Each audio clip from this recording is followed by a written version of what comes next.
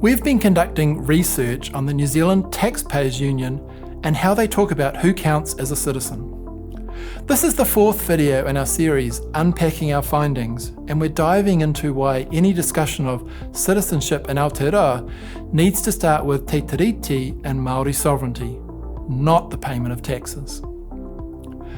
Aotearoa New Zealand isn't just any country, it's a country with a founding constitutional document that guarantees Māori sovereignty and makes specific promises about the relationship between Māori and the Crown. But in our research, we found that the Taxpayers Union rarely engages with Te Tiriti as our founding constitutional document. For an organisation that positions itself as an authority on how this country should work and on what good governance looks like, that silence is striking. But when issues come up that are about enacting that promise, such as Three Waters, Māori wards on local councils, and co-governance arrangements, the Taxpayers Union doesn't stay quiet.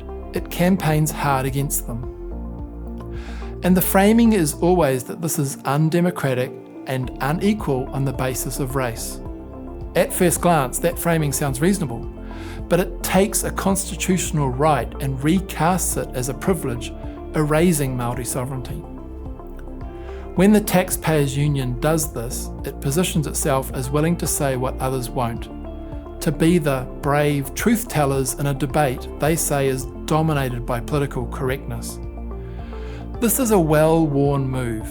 It provides cover for what is actually an attack on constitutional rights by framing those rights as undemocratic.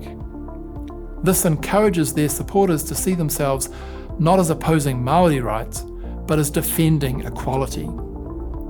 These views are part of what is driving the government to systematically downgrade its treaty obligations across legislation, moving from give effect to Te Tiriti to merely taking it into account. But tino rangatiratanga isn't an afterthought, it's a founding condition of this country's existence. As tangata tiriti, who takes seriously what it means to live on this land under this treaty, we find this the most troubling part of what we found in our research. Not just because it's intellectually wrong, though it is, but because it's happening right now. The government is downgrading treaty obligations under the ideological cover that groups like the Taxpayers Union provides, which make it feel like common sense. But Te Tiriti is the founding constitutional document of this country. Taking that seriously means engaging with the rights and responsibilities that it grants to all of us.